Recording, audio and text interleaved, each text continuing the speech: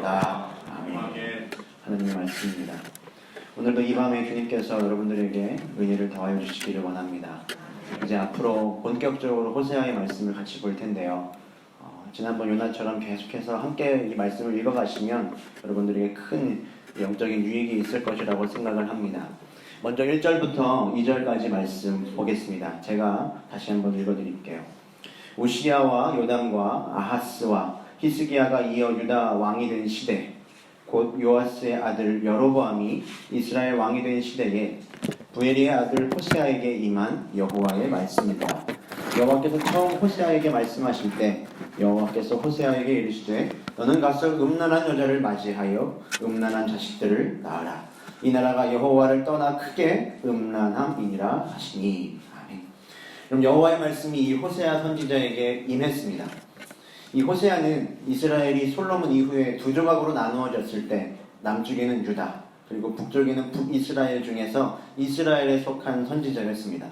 그래서 이 호세아서를 보실 때 나오는 이스라엘이라는 용어는 대부분 북이스라엘을 지칭한다고 보시면 됩니다.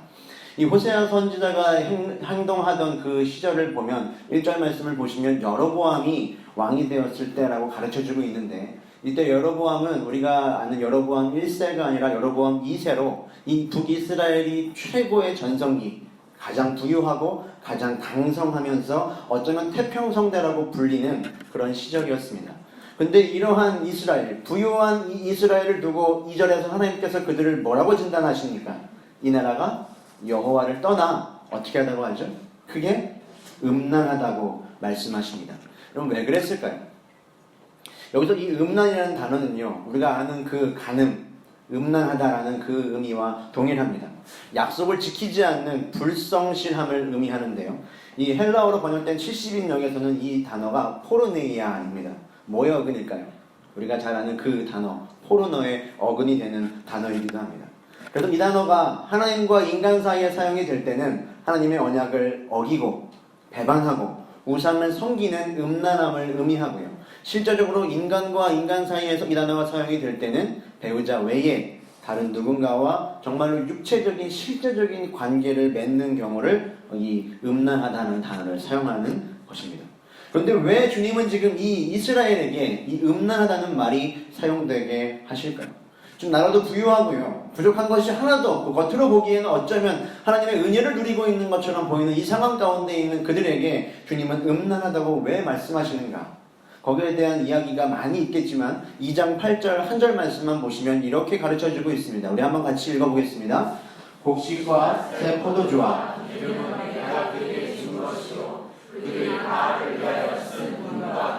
내가 그에게 더하여 준 것이거늘 그가 알지 못하도다. 아멘. 뭐 때문인가요? 이스라엘이 자신이 누리고 있는 이 풍요와 이 모든 것들이 누가 주었다고 생각했다는 겁니까? 바알이 주었다는 겁니다. 하나님이 주신 은혜가 아니라 바알이 주셨기에 바알을 섬기고 바알을 의지했다는 겁니다. 하나님의 은혜로 내가 이루어진 것이 아니라 나의 땀으로 나의 무엇으로 이루어졌다라고 생각하는 방자함과 교만함이 이 이스라엘 사람들에게 생겨났습니다. 이것은 이스라엘이 하나님을 버리고 어쩌면 영적으로 바람이 난 것이라고 할 수 있죠. 그래서 하나님은 이 이스라엘과 같은 음란한 여인 누구였습니까? 고멜을 통하여서 호세아에게 고멜을 아내로 맞이함으로 내가 고멜처럼 너희들이 음란하고 호세아를 통해 이 이스라엘의 영적인 상태를 고발하고 있는 겁니다. 여러분 이 고멜이라는 단어, 이 이름의 영어의 뜻은요 끝장이라는 의미가 있습니다.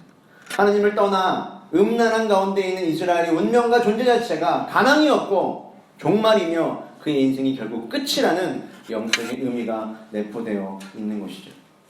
여러분 이 고멜은 이스라엘뿐만이 아니라 바로 우리들 자신도 마찬가지입니다.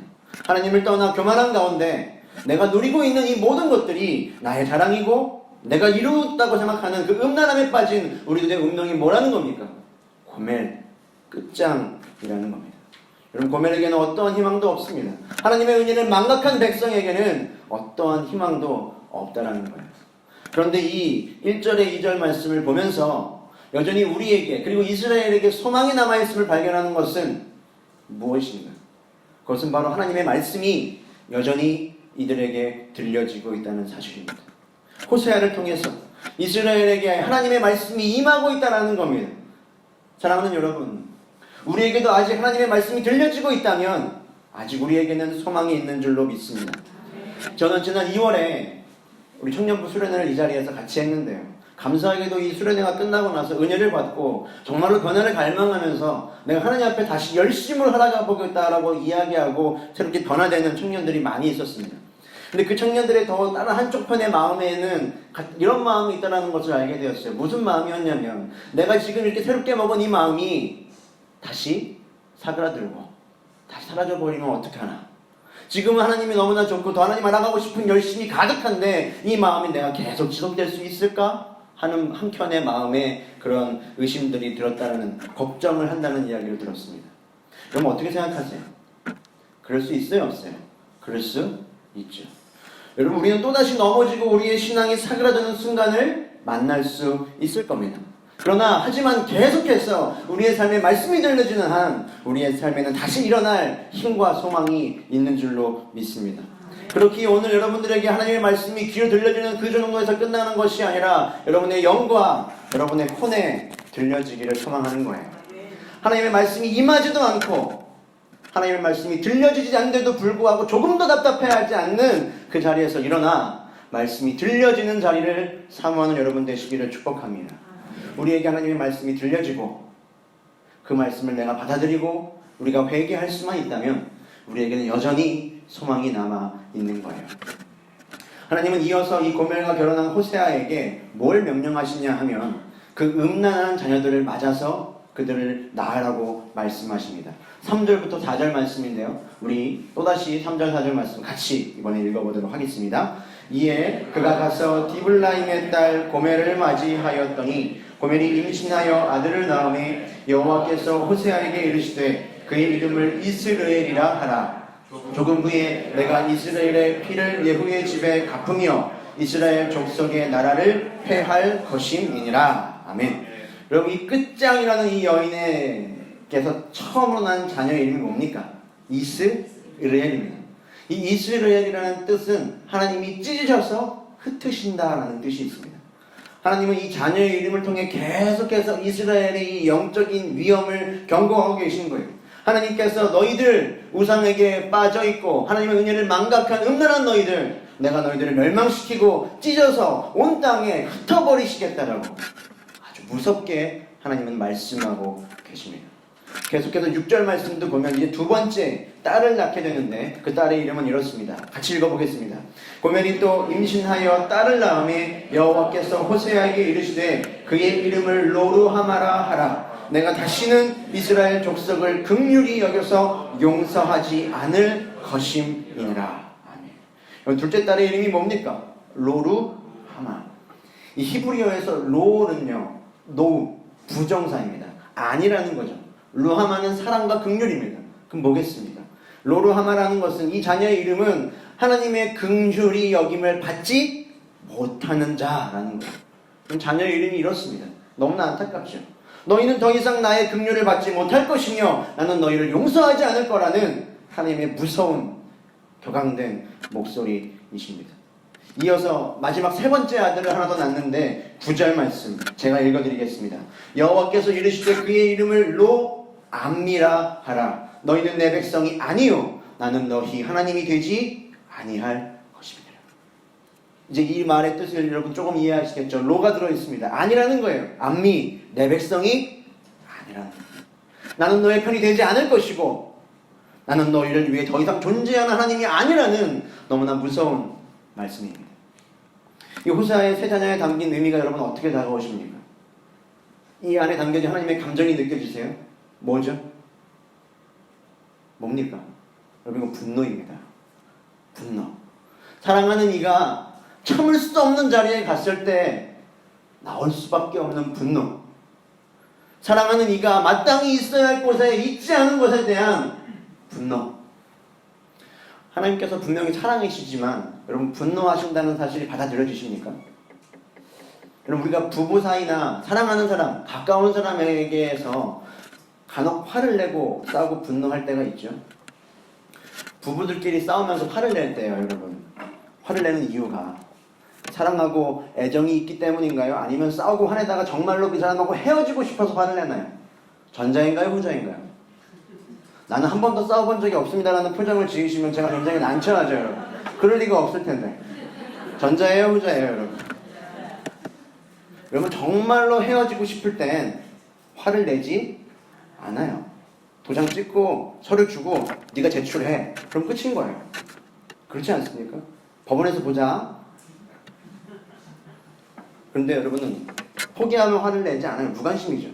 하지만 분노한다라는 건 뭐예요? 아직 내가 상대를 포기하지 않았다는 거예요. 따라서 우리가 아직 하나님의 분노를 입고 있고 하나님의 징계하심을 받고 있다고 생각하고 내 삶이 잘못된 길로 가고 있을 때 하나님의 징계하심과 간섭하심을 우리가 듣는다면 여러분, 나는 아직 하나님의 사랑받는 자녀라는 축복인 줄 믿습니다. 한낱 인간인 나를 위하여 그 감정을 격동하시며 포기하지 않으시는 그 분노하시는 사랑, 여러분, 하나님의 분노하시기까지 하는 사랑에 우리에게 두 번째 이 소망이 있을 줄로 믿습니다. 그리고 이 하나님의 분노에는 숨겨져 있는 변장된 진짜 하나님의 마음이 담겨 있어요. 10절에 이어서 그 내용이 나옵니다. 같이 읽어보겠습니다. 그러나 이스라엘 자손의 수가 바닷가에 모래같이 되어서 헤아릴 수도 없고 셀 수도 없을 것이며 전에 그들에게 이르기를 너희는 내 백성이 아니라 한 그곳에서 그들에게 이르기를 너희는 살아계신 하나님의 아들들이라 할 것이라. 아멘. 조금 전까지만 해도 너희는 내 백성이 아니라고, 너희는 긍휼히 여김을 받지 못할 거라고 이야기하던 하나님 뭐라고 말씀하십니까? 그런 저주 같은 말을 퍼부으시더니 한 절도 전하기 전에 너는 내 백성이 아니라 한 그곳에서 다시 하나님의 아들이라 할 것이다. 하나님 변덕이 많으신 분일까요? 아니요. 그럼 이것이 하나님의 본심입니다. 우리를 너무나 사랑하셔서 저주하시고 징계하시고 또다시 축복하시며 그 뜻을 돌이키시며 비록 줏대 없는 하나님처럼 보여도 이럴 수밖에 없는 것이 하나님 아버지라는 거예요. 내 백성이 아니라 했던 그곳에서 다시 일으키시며 회복시키시는 하나님. 가슴 아프도록 징계하시고 때로는 광야와 같은 그 삶 가운데에서 그와 같이 우리를 내버려 두실지라도 끝까지 내버려 두시지는 않고 회복하시는 하나님. 여러분, 이 하나님 만나셨습니까? 여러분, 10절이 처음 보면 그러나 너희는, 여러분, 이것이 너무나 저는 강렬하게 다가옵니다. 내 백성이 아니라 하셨던 그곳에서 다시 일으켜 세우시는 그 그러나, 우리의 인생을 송두리째 바꿔버리시는 그러나, 여러분, 이것이 우리의 신앙생활과 복음의 핵심이에요. 허무하고 어두운 모든 시절 다니다가도 그러나 너희는 내 백성이 아니라는 곳에서 다시 회복시키시는 것을 경험하는 것이 여러분 신앙생활이지요. 내 백성이 아니라 했던 그곳에서 시간이 지나 그곳을 돌아보니 그곳에서도 하나님이 함께 하셨구나 라는 것을 발견하는 것이 여러분 신앙생활이고, 잠시 우리의 마음이 낙심하고 시험에 들고 넘어질지라도 그러나 너희는 하며 다시 한번 새 힘을 얻어 일어날 수 있는 것, 여러분, 이것이 신앙생활의 힘이고 기쁨인 줄 믿습니다. 그래서 이어지는 11절 말씀을 한번 보십시오. 11절 제가 읽어드릴게요. 이에 유다 자손과 이스라엘 자손이 함께 모여 한 우두머리를 세우고 그 땅에서부터 올라오리니 이스라엘의 날이 클 것이니라. 여러분, 이 이스라엘이라는 뜻은요, 찢어 흩으신다는 의미 외에 씨를 뿌리다라는 의미가 있습니다. 하나님이 우리를 찢어 흩으신 그곳에서 어떻게 하신다는 걸까요? 씨를 뿌리게 하시고 그 자리에서 다시 회복하시며 거두게 하신다는 거예요. 그곳이 절망으로 끝나는 것이 아니라 기쁨으로 회복되게 하십니다. 여러분, 이 은혜를 맛보고 싶으시지 않으십니까? 맛보고 싶으지 않으세요? 찬송가 537장을 보면 그 비결을 우리에게 알려주는데요. 제목이 이거예요. 어서 돌아오. 3절 말씀이 3절에 이런 말이 나와요. 채찍맞아 아파도 주님의 손으로 때리시고 어루만져 위로해 주시는 우리 주님의 넓은 품으로 어서 돌아오. 주님의 손으로 때리고 징계하시더라도 다시 어루만지며 위로해 주시는 이 주님의 넓은 품으로 우리가 돌아가야 하는 줄로 믿습니다. 호세아 6장 1절에도 우리에게 이렇게 가르쳐줘요. 같이 읽어볼까요? 6장 1절. 오라 우리가 여호와께로 돌아가자. 여호와께서 우리를 찢으셨으나 도로 낮게 하실 것이요 우리를 치셨으나 싸매어 주실 것임이라. 아멘. 오라 우리가 여호와께로 돌아가자. 그분이 우리를 찢으셔서 우리가 이슬을 흩으셨지만 내 백성이 아니라 한 그곳에서 다시 회복하게 하실 우리 여호와 하나님께로 우리는 날마다 돌아가는 거예요. 말씀을 정리합니다. 여러분, 첫 번째로 하나님의 말씀이 우리 가운데 들린다면 우리 인생에 소망이 있습니다. 두 번째, 하나님의 분노하시기까지 우리를 추억하시는 그 사랑이 우리의 소망이에요. 마지막 세 번째, 우리가 반드시 회복하실 그 하나님의 사랑으로 돌아가기만 하면 우리에게는 아직도 소망이 있습니다. 나의 안에 거하라. 내가 너를 지명하여 불렀나니 너는 내 것이라. 다시 한번 그분 안에 거하기를 소망하며 이 찬양을 함께 올려드리겠습니다.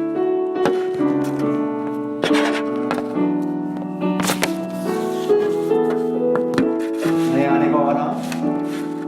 나의 안에 거하라. 나는 내 하나님이니 모든 환난 가운데 너를 지키는 자라. 두려워하지 말라. 내가 널 도와주리니 놀라지 말라. 내 손 한 번 더 고백할까요? 나의 안에 거하라. 나의 안에 거하라. 나는 내 하나님이니 모든 환난 가운데 너를 지키는 자라. 두려워하지 말라. 내가 널 도와주리니 놀라지 말라. 내 손 잡아주리라. 내가 너를 지명하여 불렀나니 너는 내 것이라. 내 것이라. 너의 하나님이라. 내가 너를 보배롭고 존귀하게 여기노라. 너를 사랑하는 내 여호와나. 나의 안에 거하라. 나는 내 하나님. 모든 환난 가운데 너를 지키는 자라. 두려워하지 말라. 내가 널 도와주리로. 믿으십니까? 놀라지 말라. 내 손 잡아주리라. 내가 너를 지명하여 불렀나니 너는 내 것이라. 내 것이라. 너의 하나님이라. 내가 너를 보배롭고 존귀하게 여기노라. 너를 사랑하는 내 여호와. 내가 너를 지명하여 불렀나니 너는 내 것이라. 내 것이라. 너의 하나님이라. 내가 너를 보배롭고 존귀하게 여기노라. 너를 사랑하는 내 여호와라. 우리 이 시간 함께 기도하겠습니다. 채찍맞아 아프고 주님의 손으로 때리시면서까지도 다시 어루만져 위로하시는 우리 주님의 품으로 돌아가십시다. 여호와께서 우리를 찢으셨으나 도로낫게 하실 것이요 내 백성이 아니라 한 그곳에서 다시 우리를 회복하실 주님의 은혜를 사모하시기를 바랍니다. 여러분, 하나님의 사랑은 여러분의 죄와 패역함을 내버려 두고 보지 않으십니다. 하나님의 사랑은 분노한 사랑이며 하나님의 사랑은 여러분들을 끝까지 포기하지 않으실 줄로 믿습니다. 여러분, 그 사랑에 여러분을 내려놓으십시오. 여러분, 그 사랑에 여러분의 인생을 던지십시오. 그 사랑에 여러분의 인생을 한복하며 던지며 우리 다 함께 주님의 이름 한번 부르고 합심하여 기도하겠습니다. 주여